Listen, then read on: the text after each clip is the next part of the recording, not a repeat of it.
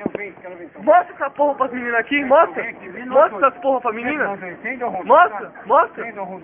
Mostra essa porra pra menina, ô seu vacilão. Um monte de mulher que quer ficar mostrando pau pras meninas, ô vacilão.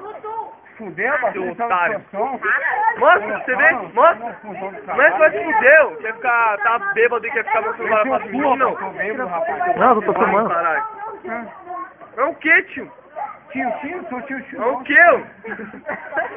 É o que, ô? Não adianta não, Becão. Tava errado. Nós tá querendo, ele tava sujo, tio, nós tava querendo limpar ele. Tô sujo pra lá, vai. Taca. YouTube. Você tava errado, meu primo, na conversa.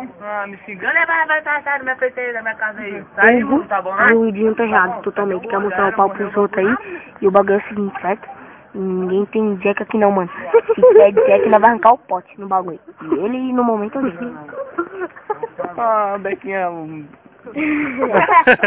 Aí, ó, nós ficamos até louco. Ah, Bequinha. O Dudu tem mais bunda que a Beca. Aí eu tô com a cara de porco aí, ó. Não, bagulho não, mano. Deixa eu falar também, deixa eu falar.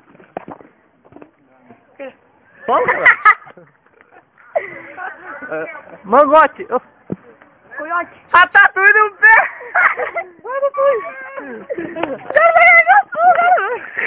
Quero galo. Simulate. Qual o nome das bichinhas? Ralé 2. Esquilete. Acho que esquilete. Simulate. Tem batata. Aí um roqueira. Música. Camila. Acabou? Já tá bom, já? Pega a